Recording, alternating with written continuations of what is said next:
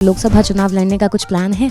मैंने हमेशा कहा है कि अपर्णा यादव हर परिस्थिति में पार्टी विशेष के साथ, अपनी पार्टी के साथ खड़ी है। कोई एक फेवरेट सीट है क्या उनकी कि वहाँ से अगर टिकट? मेरी सीट विधायकी की थी, लखनऊ कैंट विधानसभा।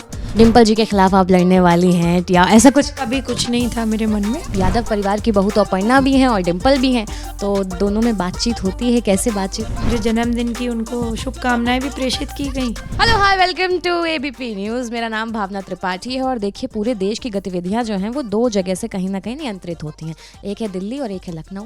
और इस वक्त मैं हूँ लखनऊ में, उत्तर प्रदेश में, और यहाँ के सबसे समृद्ध परिवारों में से एक यादव परिवार की छोटी बहू और भाजपा नेत्री हमारे साथ इस वक्त अपर्णा यादव हैं। इनके साथ मैं बैठी हुई हूँ और इनसे तमाम सवाल करने वाली हूँ। Welcome to our channel first of. Thank you so much. देखिए बहुत सर्दी है उत्तर प्रदेश में, ठीक है, पूरे देश में है, और शीत लहर के साथ साथ राम लहर भी है। तो ये आपको भी आमंत्रण आई थिंक मिल चुका है, तो क्या प्लान है 22 तारीख का? 22 तारीख का वही आमंत्रण मिल चुका है। बहुत खुशी है मुझे और I am looking forward to it. अच्छा, जाने वाली हैं आप? बिल्कुल जाएंगे। आपने राम भजन भी गाया था भद्राचार्य जी के सामने, कुछ गुनगुनाएंगी? आज तो मेरा गला ठीक नहीं है, शीत लहर जैसे चल रही है तो गला खराब हो गया है, पर हाँ नेक्स्ट टाइम जरूर गा दूंगी आपके लिए। बिल्कुल। ये वीडियो से काम चला ले। तब तक सवाल जवाब से बात करके काम चलाते हैं।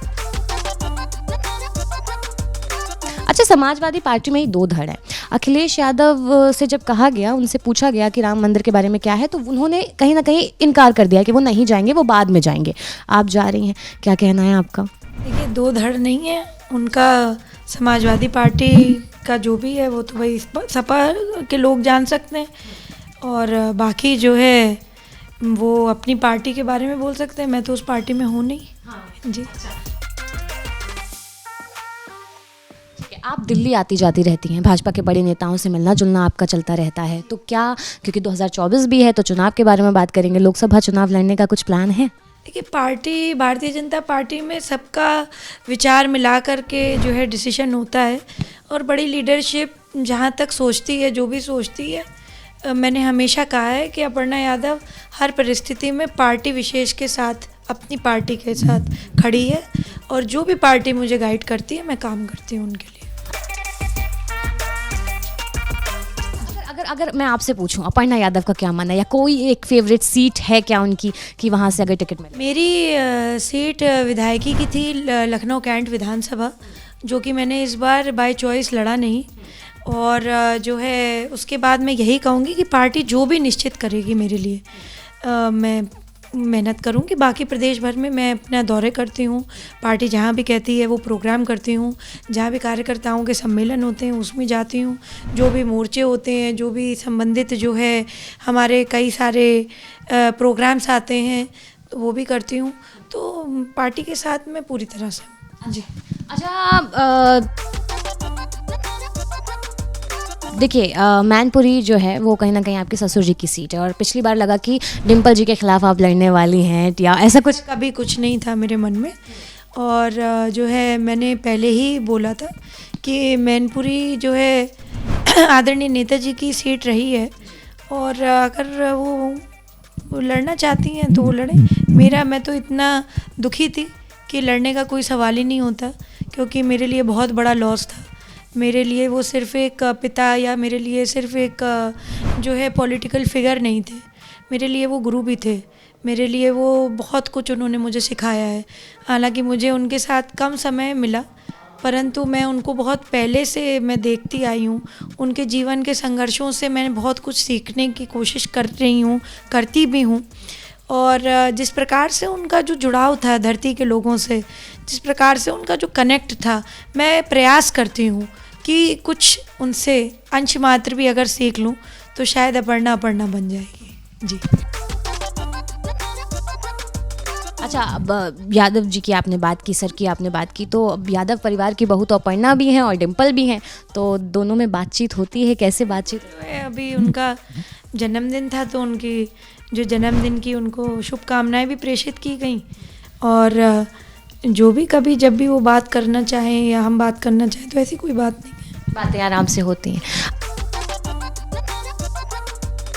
अखिलेश यादव को कहीं ना कहीं मायावती जी ने गिरगिट कह के बोल दिया था कि रंग बदलते हैं, पूरी तरह से एक तरह से तुलना की थी, कहा नहीं था।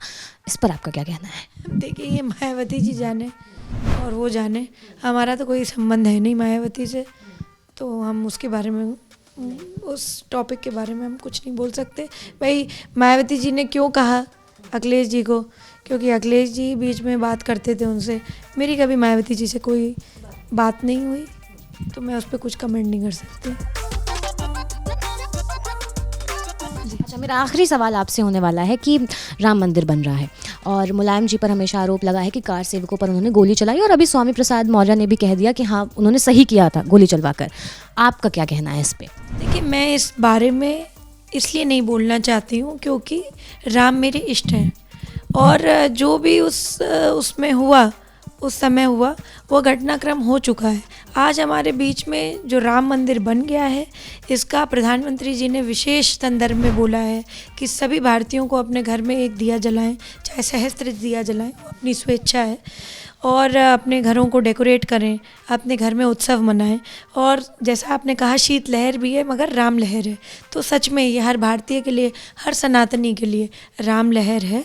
और प्रधानमंत्री जी हमारे भारतीय जनता पार्टी के लीडर भी हैं और हमारे सबके मार्गदर्शक भी हैं, तो जो प्रधानमंत्री जी कहते हैं उस पर हम सभी को अमल करना चाहिए। जी, ठीक है, आपने हमसे बहुत अच्छी बातचीत की, सभी सवालों के बहुत अच्छे जवाब दिए, और बहुत जल्दी देखते हैं 2024 के इलेक्शन में क्या होने वाला है। बाकी 22 जनवरी को तो आप मिलने वाली हैं अयोध्या में, है ना? चलिए, बहुत बहुत धन्यवाद आपका अपना वक्त देने के लिए, और बहुत बहुत धन्यवाद आपका इस वीडियो को देखने के लिए। कमेंट्स में अपना फीडबैक ज़रूर दीजिएगा। तमाम अपडेट्स के लिए बने रहिए एबीपी लाइव के साथ।